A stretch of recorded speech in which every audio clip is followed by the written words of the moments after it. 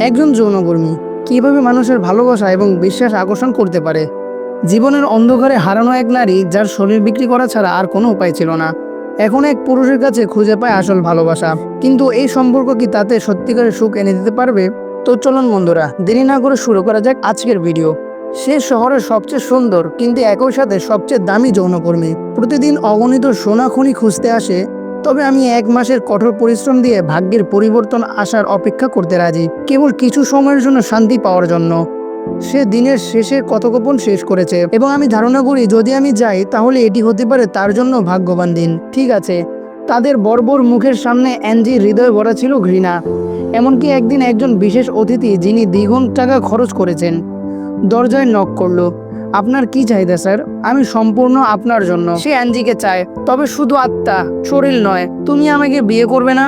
তাহলে তুমি আমাকে বিয়ে করো, আমাকে এখান থেকে নিয়ে যাও, আমাকে আমার প্রাপ্য জীবন দাও। তুমি এই সপ্তাহে আমার 5ম প্রস্তাব। অ্যাঞ্জি চোখে এই মানুষটি অন্য কোনো পুরুষের মতোই ছিল। এটা শুধু তার শরীরের ব্যাপার ছিল।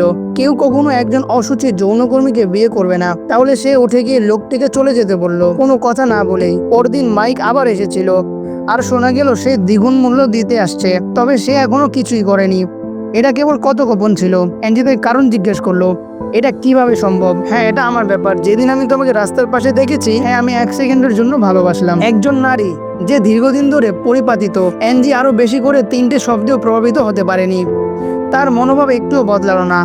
এই সময়টায় মাইক প্রায় অ্যাঞ্জিকে খুঁজতে আসতো এবং কিছুই করতো না, কেবল তার সাথে কথা বলতো এবং বাইরের চমৎকার জগতের কথা বলতো আর বলতো যে সে তাকে বিয়ে করতে চায়। সে আন্তরিক ছিল, কিন্তু অ্যাঞ্জি প্রায় বিরক্ত হয়ে পড়েছিল এবং এই পুরুষটিকে বিদায় দেওয়ার জন্য অ্যাঞ্জি কয়েকবার নিজেকে দেখানোর চেষ্টা করেছিল, কিন্তু মাইক তা প্রত্যাখ্যান করেছিল।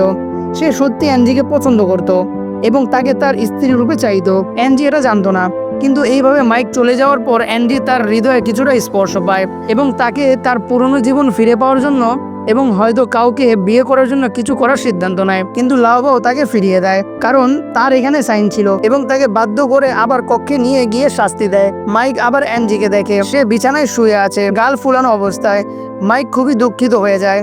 মাইক তার টাকা নিয়ে অ্যাঞ্জির জন্য সমস্ত টাকা দিয়ে দেয়। তারপর সে বিছানার পাশে শুয়ে তার হাত ধরে এবং বলে, শোনো, আমি জানি সময়টা উপযুক্ত নয়, কিন্তু তুমি কি আমাকে বিয়ে করবে? এটাই ছিল অ্যাঞ্জির কাছে মাইকের প্রস্তাব। মাইক তাকে তার ফার্মে নিয়ে যায় এবং মায়ের দেওয়া একটি আংটির তাকে দেয়। কিন্তু মাইক যা ভাবেনি সেটাই হলো, অ্যাঞ্জি তার বিয়ের প্রস্তাবে রাজি হয়েছে, তবে সেটা ছিল মিথ্যা। সে শুধু মাইককে তার সাথে নিয়ে যেতে চেয়েছিল এবং পরের দিন সে বলেছিল যে সে চলে যাবে এবং বলেছিল সে দোষী হলে তার শরীর দিয়েই সেই দোষ পূর্ণ করবে। মাইক শুনে রেগে যায়নি। সে বলল, না, তুমি যখন খুশি চলে যেতে পারো। আসলে অ্যাঞ্জি মাইককে প্রতিরোধ করছিল না, তবে তার আন্তরিক এবং প্রগাঢ় ভালোবাসা কারণে তার অভিজ্ঞতা তাকে বিশ্বাস করতে শেখায়নি যে পৃথিবী কোনো ভালোবাসা আছে। অ্যাঞ্জির শৈশব ছিল দুঃখজনক। যদিও সে একটি ধনী পরিবারের সদস্য ছিল, তবে তার মা ছিল তার বাবার কাছে এক অবৈধ কন্যা। তার মৃত্যুর পর অ্যাঞ্জি বিক্রি হয়ে গেল এক কারিগরের কাছে। পুরুষরা ভেবেছিল তার অনেক টাকা কামাতে পারবে, কিন্তু কেউ জানতো না তাকে সরাসরি খুন করে ফেলবে। অ্যাঞ্জি বাধ্য হয়ে লাল কুৎসিত জগতে প্রবেশ করলো। 20 বছর বয়সে তাকে কারিগর দ্বারা প্রশিক্ষণ দেওয়া হয়। সে প্রথম অতিথি ছিল। তার নিজের জীবিত বাবা তাকে চিনতে পারলো না।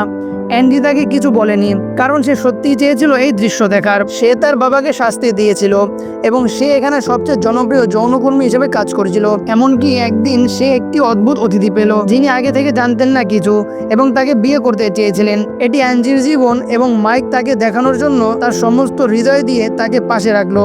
তারপর তাদের জীবন এক নতুন পথের দিকে এগিয়ে গেল। বন্ধুরা, এই মুভিটি ভালো লাগলে আপনারা আমাদের চ্যানেলটি সাবস্ক্রাইব করতে ভুলবেন না।